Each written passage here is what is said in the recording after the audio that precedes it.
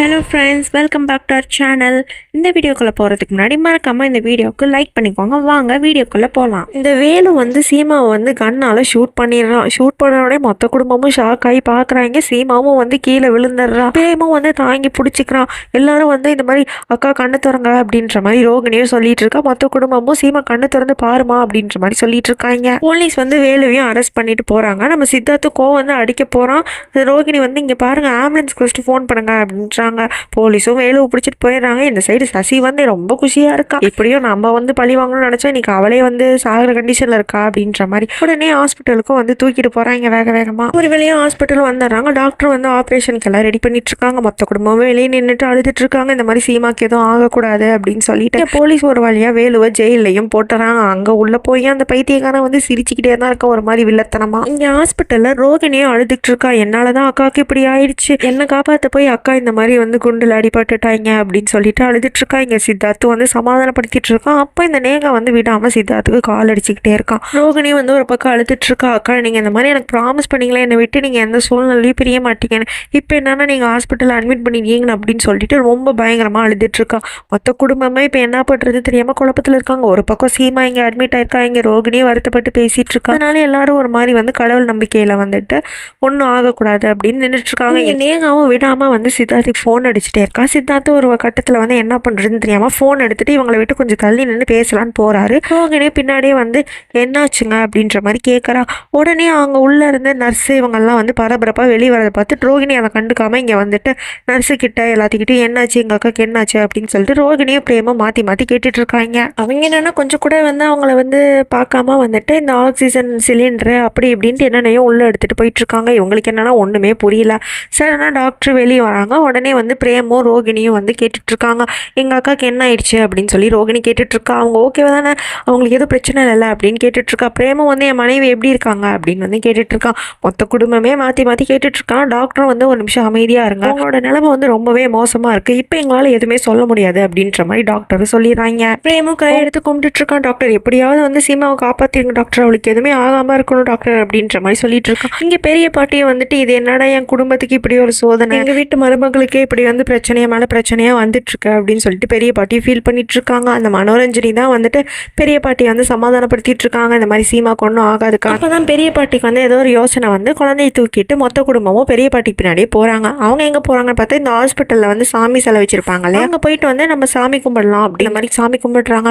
கடவுளே, இந்த மாதிரி எங்க சீமா கஷ்டத்துல இருக்கா, உயிர் போராடிட்டு இருக்கா, அவளை எப்படியாவது காப்பாத்திருங்க அப்படின்னு சொல்லிட்டு மொத்த குடும்பமே இங்க வேண்டிட்டு இருக்காங்க அழுதுகிட்டு. இங்க ஐசு வார்டுக்கு வெளியே பிரேம், சித்தார்த், ரோகிணி இருக்காங்க. ரோகிணி அழுதுட்டு, கடவுளே ஏன் இப்படி பண்றீங்க, வேணும்னா ஏன் உயிர் எடுத்துக்கோங்க, எங்க அக்கா விட்டுருங்க அப்படின்ற மாதிரி இவளும் அழுதுட்டு இருக்கா. இங்க பெரிய பாட்டியும் விளக்கேற்றி வச்சுட்டு எல்லாரும் சாமி கும்பிடுறாங்க, அதாவது பூஜை மாதிரி பண்றாங்க. அங்கேயே நின்றுக்கிட்டு இந்த மாதிரி சீமா உயிருக்கு ஒன்றும் ஆகக்கூடாது அப்படின்னு சொல்லிட்டு டாக்டர்ஸும் சீமாவை எப்படியாவது காப்பாற்றணும்னு சொல்லிட்டு அவங்களும் ஆப்ரேஷனை ஸ்டார்ட் பண்ணி அந்த புல்லட் எல்லாத்தையும் வெளியே எடுத்துறாங்க. அப்போ சீமாவோட பாடி ரொம்ப கிரிட்டிக்கலா போறனால அவங்க எலக்ட்ரிக் அந்த இதை வச்சு ட்ரை பண்ணிட்டு இருக்காங்க அவளை காப்பாத்துறதுக்கு. வெளியே மொத்த குடும்பம் சாமி கும்பிட்டு இருக்கு இல்லையா, அந்த இடத்துல விளக்கும் அணையிற மாதிரியே இருக்கு. அது இல்லாம விளக்கு அணைஞ்சும் போயிடுது. அங்க சீமாவோட கண்டிஷன் இன்னும் ரொம்ப கிரிட்டிக்கலா போயிருது. அதனால மொத்த குடும்பமும் இது ஒரு கெட்ட சகனமா சொல்லி பாக்குறாங்க. டாக்டரும் ஆப்ரேஷன் தியேட்டர்ல இருந்து வெளியே வந்துடுறாங்க. பிரேம் கேட்கறான், டாக்டர் இந்த மாதிரி என்னோட மனைவி சீமாக்கு ஒன்றும் பிரச்சனை இல்லை, அவன் நல்லா தானே இருக்கா அப்படின்ற மாதிரி பிரேம் கேட்டுட்டு இருக்கான்.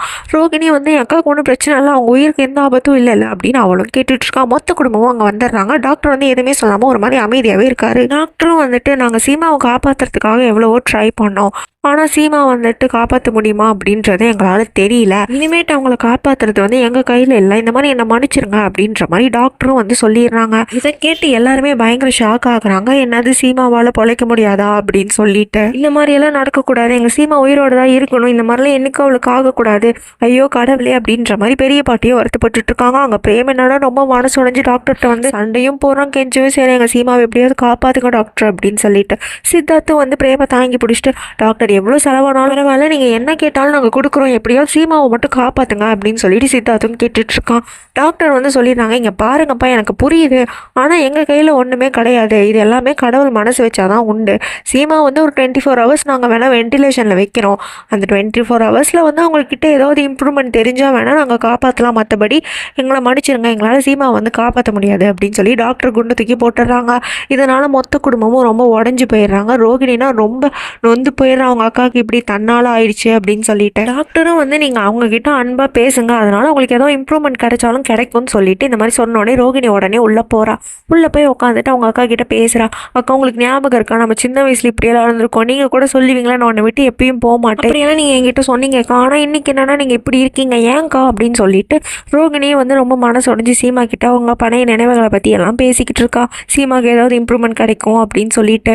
இங்கே பிரேமும் உள்ளே வந்து பார்க்குறான். தன்னோட மனைவி வந்து இப்படி ஒரு நிலையில் இருக்கிறத பிரேமால் தாங்கிக்கவே முடியல. அந்த டியூப் எல்லாத்தையும் பார்த்து ரொம்ப ஃபீல் பண்ணி அவனும் மனசு உடஞ்சி பேசிக்கிட்டு இருக்கான் சீமா கிட்ட. உடனே இங்கே வந்து இது எல்லாத்தையும் வந்து வெளியே இருந்து மொத்த குடும்பமும் பார்த்து ஃபீல் பண்ணிகிட்டு இருக்காங்க. டக்குன்னு ரோகிணி வெளியே வந்துட்டு இந்த மாதிரிலாம் எங்கள் அக்காவுக்கு நடக்கக்கூடாது, நான் என்றைக்கும் இப்படி நடக்க விட மாட்டேன் அப்படின்னு சொல்லிட்டு அந்த இடத்த விட்டு போக பார்க்குறேன். மனோரஞ்சனி சமாதானப்படுத்த பார்க்குறாங்க. பட் ரோகிணி வந்து இல்லை அப்படின்னு சொல்லிட்டு அங்கேருந்து கொஞ்சம் கொஞ்சமாக நகர்ந்து போயிட்டுருக்கா. மனோரஞ்சனி இங்கே சீமாவை பார்க்க வந்துடுறாங்க. இது எல்லாத்தையும் வந்து தூரத்துலேருந்து இந்த சசி வந்து பார்த்துக்கிட்டு தான் இருக்கா. பார்த்தது மட்டும் இல்லாமல் டாக்டர் சொன்னது எல்லாத்தையும் கேட்டு ரொம்ப சந்தோஷமும் பட்டுட்டு இருக்கா. ஏதோ வந்து இந்த வேலுவால் இன்னைக்கு இந்த சீமாவோட உயிர் வந்து ஊஞ்சல் ஆடிக்கிட்டு இருக்கு, எப்படியாவது செத்தா பரவாயில்ல அப்படின்ற மாதிரி இவன் வந்து இங்கே ரொம்ப சந்தோஷப்பட்டுக்கிட்டு இருக்கா. சித்தார்த் வந்து எல்லாத்துக்கும் தண்ணி பாட்டில் வாங்கிட்டு வந்து கொடுக்குறான். அப்போ வந்து சித்தார்த் வந்து அவங்க அம்மாட்ட கேட்குறான், அம்மா ரோகிணி எங்கேயாவது பார்த்தீங்களா அப்படின்னு சொல்லிட்டு. அவங்க அம்மாவும் இல்லைப்பா நான் பார்க்கல அப்படின்றாங்க. அப்போ தான் மனோரஞ்சனி சொன்னாங்க, ஆமாம் அவள் இங்கே தான் இருந்தான், அந்த மாதிரி அக்காவை வந்து நான் எப்படியாவது காப்பாற்றணும் அப்படின்னு சொல்லிட்டு இங்கே தான் இருந்தால் நீ போய் பாருன்றாங்க. அவனும் அங்கே சுற்றி பார்க்குறான், அங்கே ரோகிணியை காணோம். திரும்பி மனோரஞ்சனிக்கிட்ட வந்து இந்த மாதிரி ரோகிணி அங்கே இல்லையே அப்படின்னா அவளுக்கு ஃபோன் பண்ணலாம் அப்படின்னு பார்த்தா ஃபோன் வந்து மனோரஞ்சனிக்கிட்ட இருக்குது. உடனே அவங்க மனோரஞ்சனை தனியாக கூப்பிட்டு சித்தார்த் வந்து இந்த மாதிரி ரோகிணி எங்கே போனால் நீங்கள் பார்த்தீங்களா இல்லையா அப்படின்னு கேட்கும்போது இந்த வழியாக தான்ப்பா போனா, எங்கே போனான்னு எனக்கு தெரியலையே அப்படின்னு சொன்னோடனே உடனே சித்தார்த் வந்து சரி பாட்டி நான் வந்து போய் பார்க்குறேன், நீங்கள் ஒன்றும் வருத்தப்படாதீங்க அப்படின்னு சொல்லிட்டு அவன் வந்து ரோகிணியை தேடுறதுக்காக போகிறான். அப்படியே இங்கே இந்த சசி வந்து இந்த வேலுவை பார்க்க வந்திருப்பான் போல ஜெயிலில். அவன் ரொம்ப ஜாலியாக தான் இருக்கான், ஏன்னா சீமாக்கு இப்படி ஒரு நிலைமை ஆயிடுச்சு இல்லையா, அதனால் வேலுவை பார்க்க வந்திருக்கா. உடனே வேலுக்கிட்ட சொல்கிறா, நான் தான் உங்ககிட்ட அப்போவே சொன்னேன்ல இவங்க பிளான் பண்ணி ஏதோ ட்ராமா பண்ணுறாங்க, நீ நம்பாதன்னு சொல்லிட்டு நீ தான் தேவையில்லாமல் அவங்க ட்ராமாக்குள்ளே விழுந்து இப்போ நீ ஜெயிலில் கஷ்டப்பட்டுக்கிட்டு இருக்கன்ற மாதிரி இவனை குத்தி காமிச்சு பேசிக்கிட்டு இருக்கான். அவனுக்கு என்னன்னா மனசில் வந்துட்டு இதெல்லாம் கேட்கல பெருசாக, அவனுக்கு வந்து ரோகிணி எப்படியாவது அடைஞ்சே ஆகணும் அப்படின்ற மாதிரி வெறியெல்லாம் அவன் கிடக்கிறான்.